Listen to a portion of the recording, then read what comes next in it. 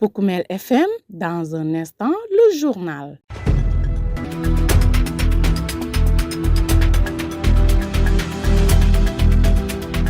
Où que vous soyez, merci de nous écouter fidèlement sur la 106.0 Bokoumel FM, votre radio au service des communautés. Voici les points forts de l'actualité locale de ce jour.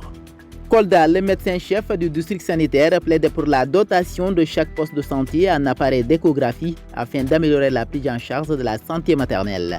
À Sédhiou, le quartier Montagne Rouge complémentaire, des habitants dénoncent le non-raccordement électrique malgré des compteurs livrés depuis plus d'un an, le manque d'eau potable et une insécurité grandissante liée à l'absence d'éclairage public. En sport, championnat scolaire à Goudomp, Excellence Badiabi Gassama s'impose au tir au but face à Cité Dabo. Les organisateurs visent désormais les phases régionales et nationales. C'est tout pour les titres, nous passons au développement. Le journal avec Lamine Fati. En compagnie de Sidou Keita de l'autre côté de la baie vitrée, ravi de vous retrouver sur les ondes de Bokoumel FM. À Sédhiou, les habitants du quartier Montagne Rouge complémentaire ne sont pas contents. Ils ont tenu un point de presse pour dénoncer le non-raccordement des ménages sur les poteaux déjà électrifiés alors qu'ils ont réceptionné les compteurs depuis plus d'un an. Dans cette périphérie ouest de la commune de Sédhiou, les populations n'ont pas accès à l'eau potable et l'éclairage, les exposant à l'insécurité. Malan Diédhiou porte leur parole au micro de Amadou Bamba Dramé. Nous avons décidé d'organiser ce point de presse pour manifester notre colère.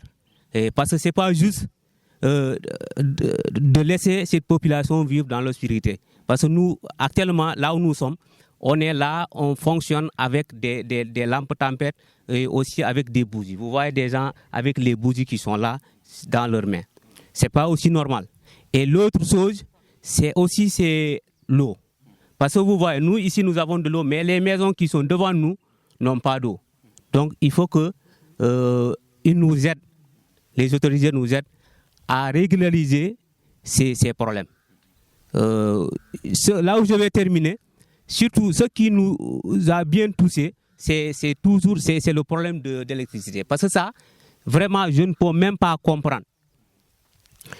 Comment vous allez donner à chaque ménage son compteur? Nous avons les compteurs avec nous. Les compteurs sont là. Vous voyez.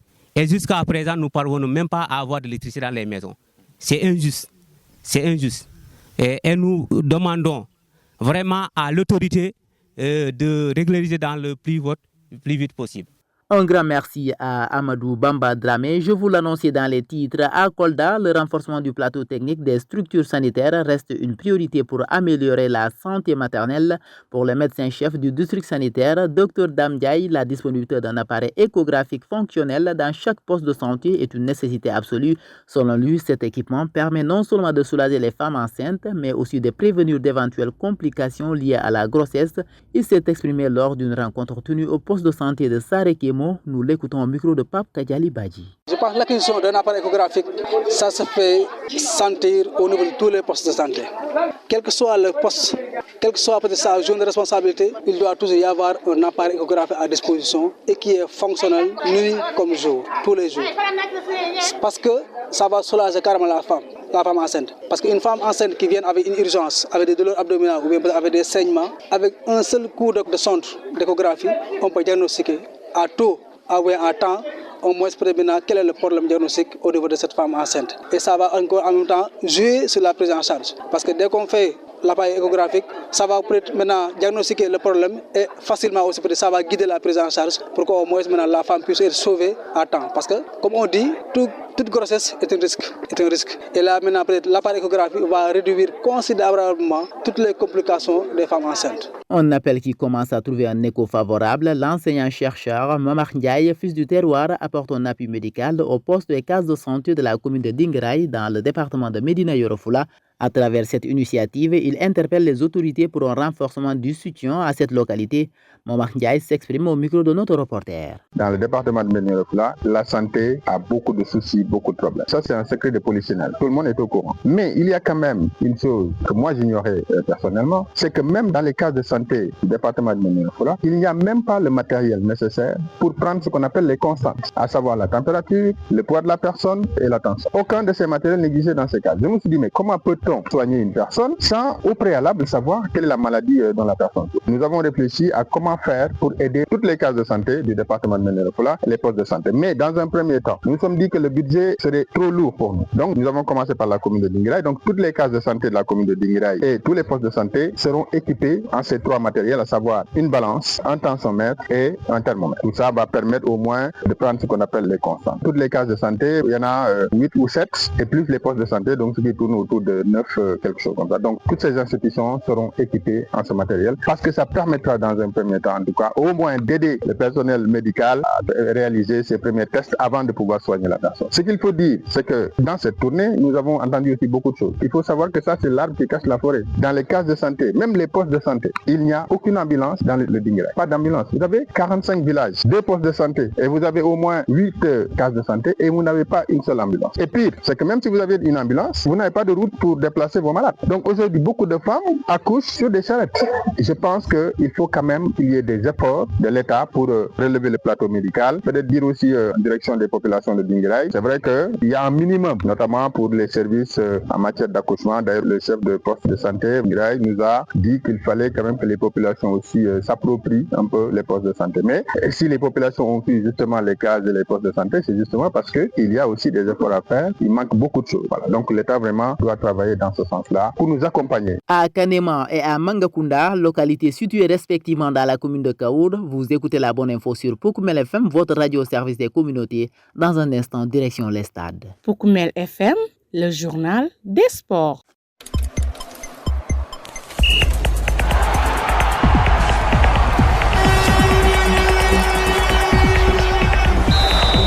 La passe des sports, c'est l'affaire de notre grand numéro 10, Younous Baro. Younous, qu'est-ce qu'il y a lieu de retenir? Merci beaucoup à vous Lamine Fati et bienvenue dans cette passe des sports que nous allons démarrer chez nous pour parler du championnat du sport scolaire qui bat son plein. En football, le week-end dernier, les cours privés Cita Dabo et Excellence Badjabi se sont affrontés. Une rencontre qui s'est soldée sur la victoire d'Excellence Badjabi Gassama à l'issue des tirs au but après un temps réglementaire nul et vierge. Les organisateurs saluent le bon déroulement du championnat et se fixent comme objectif une participation remarquable au niveau régional et national. On écoute à ce sujet Ibrahim Souri Diallo, responsable du bureau sport à l'inspection de l'éducation et de la formation de Goudomp. Les activités ont démarré depuis le mois de janvier. Donc il y avait eu interruption due au fait de Pâques. Et on a repris depuis la semaine passée. Actuellement, nous sommes avec les lycées. Le mercredi vont finir. Donc le département est divisé en 7 zones, dont Goudomp, Kibanar, Samine, Tetakunda, Tanaf et Kolibantan. Donc c'est à l'issue de ces compétitions zonales-là qu'on organise les interzones. À l'issue de ces interzones-là, maintenant nous organisons ce qu'on appelle la finale départementale. C'est de l'élémentaire, le moyen et le secondaire, garçons comme filles. Donc l'athlétisme va regrouper tous les athlètes le jour de la finale départementale. Ils vont concourir ici les différentes disciplines en athlétisme. Donc le football, c'est à l'élémentaire, le moyen et le secondaire. En garçons et en filles, vous avez ce qu'on appelle aussi l'handball, qui est réservé aux moyens secondaires.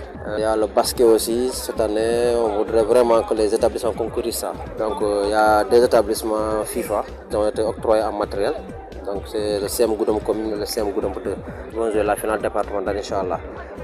Chaque année, on sort du lot, on va en les phases finales régionales. À ce niveau de la compétition, quel bilan a mis partout?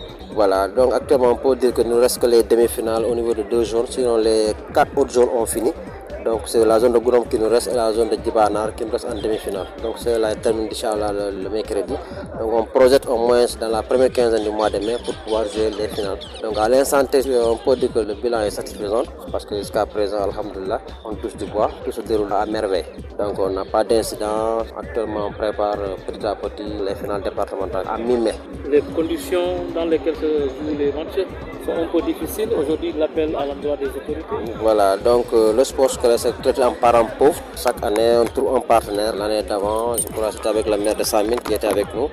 Nous avait appuyé cette année, on a ciblé 2 autres autorités au niveau du département, en attendant d'abord leur confirmation. Mais nous y sommes, Inch'Allah, c'est qu'on va faire l'une des meilleures finales cette année encore. Donc nous lançons un appel aussi à toutes ces autorités-là qui nous viennent en aide. Moi, le sport scolaire, c'est départemental. C'est nos enfants, ce sont leurs enfants. C'est chaque école se trouve dans une commune. Normalement, quand une école quitte Kolibantan, il représente la commune de Kolibantan. Quand une école quitte Samine, il représente la commune de Samine, Goudomp, ainsi de suite. mais on ne sent pas ces autorités-là derrière ces équipes-là. Parce que le déplacement est coûteux pour ces établissements-là. Chaque fois quand tu te déplaces, c'est de l'argent aller comme retour. Vraiment, on voudrait que les autorités-là accompagnent ces enfants. En accompagnant ces enfants-là, ils nous accompagnent nous-mêmes. On éduque ces enfants à travers le sport. Donc il y a d'autres enfants qui sont à l'école. Bon, certainement, ils sont bien en football. Donc le moment de jouer ces finales là, vous allez voir des recruteurs qui peuvent venir. Parce que je me rappelle, l'année d'avant on était à Thiès, donc 7 gosses ont été retenus, puis aller suivre leur formation et faire des tests.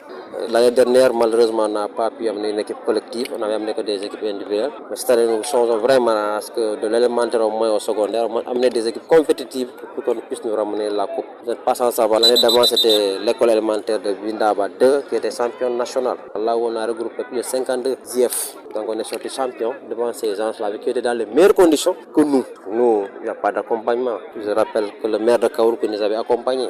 Ensuite, il y avait le président de CAF aussi. Donc c'est le moment de dire ces gens-là qui, à l'ombre, ont accompagné. Mais si nous ne sommes pas au courant, on ne pourrait pas les féliciter et les remercier. À l'instant, Ibrahima Sori Diallo, responsable du bureau sport à l'inspection de l'éducation et de la formation de Goudomp, qui réagit sur le déroulement du championnat du sport scolaire qui bat son plein dans la dite circonscription administrative. Sur le plan national, nouvelle ère chez les Lionceaux, à quelques semaines de la Coupe d'Afrique des Nations U17 prévue du 13 mai au 2 juin 2026 au Maroc, le sélectionneur national Lamine Sané a dévoilé sa toute première liste de préparation. Fraîchement nommé à la tête de la sélection, l'ancien international sénégalais lance ainsi son mandat avec un premier regroupement, étape clé dans la constitution de son groupe pour la compétition continentale. Ce stage se tiendra du 20 au 23 avril 2026 en internat au centre de développement technique Jules François Bokandé de Toubab Dialaw avec 26 joueurs convoqués. Cette première liste rassemble les jeunes talents issus de plusieurs académies et clubs locaux, notamment Génération Foot, Jambar FC, Also FA, Tingej FC et Dakar Sacré-Cœur ainsi que d'autres structures émergentes. Ce regroupement marque le coup d'envoi du projet de Lamine Sané avec pour objectif de bâtir une équipe compétitive capable de défendre le titre du Sénégal chaque en 2023 dans un groupe relevé où les Lionceaux croiseront l'Afrique du Sud, le Ghana et l'Algérie. Et puis l'équipe nationale du Sénégal de gymnastique artistique affiche sa confiance à l'approche des championnats d'Afrique prévus du 21 au 26 avril 2026 à Yaoundé au Cameroun, un rendez-vous majeur qui réunira l'élite continentale. En prélude à cette échéance, les sélections nationales juniors et seniors en gamme et en CAF ont bouclé un stage intensif du 12 au 19 avril 2026 au CNEPS de Thiès afin d'affiner les derniers réglages techniques et physiques. La compétition réunira plusieurs nations dont l'Algérie, l'Afrique du Sud, le Cameroun, la RD Congo, l'Égypte, le Mali, le Maroc, la Namibie, le Nigeria, le Soudan, le Togo, la Tunisie et le Zimbabwe aux côtés du Sénégal bien décidé à tirer son épingle du jeu. Au mot de lutte pour finir, vainqueur d'Ombosen ce dimanche, Ada Fass franchit un cap majeur dans sa carrière. Le lutteur de la Médina intègre désormais le cercle très fermé des VIP de l'arène avec l'ambition affichée de poursuivre son ascension vers le sommet. Fort de 14 victoires en 18 combats avec des succès face à des noms comme Guigui, Zos, Liss Ndiago et Don Ombosen, Ada Fass signe un exploit de taille en dominant l'ancien roi des arènes, pourtant favori grâce à son immense expérience. Le protégé de Père Ngoundoul a d'ailleurs mis en avant sa supériorité technique pour expliquer ce succès. Désormais lancé vers de nouveaux défis, Ada Fass vise clairement les sommets de l'arène. Un éventuel duel avec sa caisse alimente déjà les spéculations, même si le lutteur préfère rester discret, affirmant suivre son plan de carrière bien défini sous la conduite de son encadrement.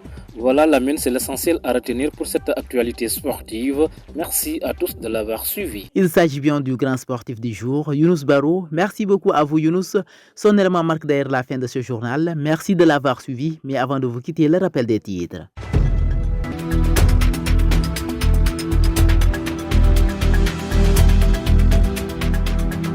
Kolda, le médecin-chef du district sanitaire, plaide pour la dotation de chaque poste de santé en appareil d'échographie afin d'améliorer la prise en charge de la santé maternelle. À Sédhiou, le quartier Montagne Rouge complémentaire, des habitants dénoncent le non-raccordement électrique malgré des compteurs livrés depuis plus d'un an, le manque d'eau potable et une insécurité grandissante liée à l'absence d'éclairage public. Et puis la passe des sports présentée par Younous Barrow a complété cette présente édition d'information mise en onde par Sidou Kieta. À la présentation, votre humble serviteur Lamine Fati. Merci beaucoup à vous, chers éditeurs, pour l'écoute attentive. Mais surtout, gardez l'écoute. Le journal à Mandingue, c'est dans une poignée de secondes.